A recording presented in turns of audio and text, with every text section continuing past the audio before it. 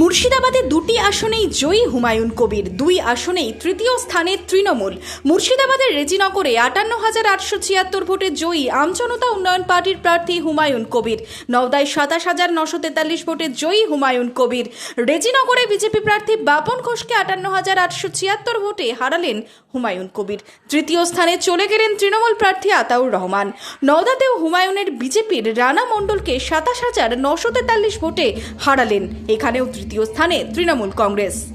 এদের যে মানুষকে ১,৫০০ টাকা লক্ষ্মীর ভান্ডার পাই দিয়ে, ১,২০,০০০ টাকার আবাসনের ঘর পাই দিয়ে, আর কিছু ওল্ড এজ পেনশন পাই দিয়ে এরা যেভাবে মনে করছিল যে মুসলমান সম্প্রদায়ের মাথা কিনে নিয়েছি, আজকে মুসলমান সম্প্রদায়ের মানুষ তাদের নিজের মান সম্মান রক্ষা করেছে এবং কে ক্ষমতায় এসছে সেটা দেখার দরকার নাই।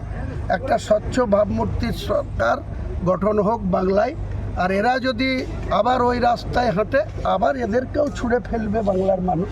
বাংলার মুসলমানরাই এদের বিরুদ্ধে এককাট্টা হয়ে তখন আবার এদের বিরুদ্ধে লেগে যাবে।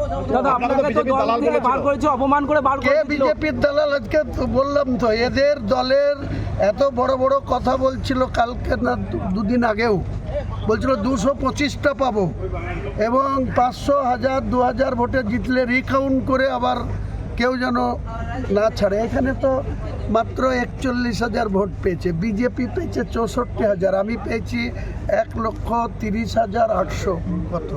তার মানে বুঝুন যে এরা আজকে এদের সভাপতি সেনাপতি সে ধুকধুক করছিল, এই চেয়ারম্যানও ও বিজেপির সাথে ভোট কিনে কোনো রকম উতরালো হরিয়ারপাড়া, নাহলে হরিয়ারপাড়ার সিটও আমাদের বিজয় জিত।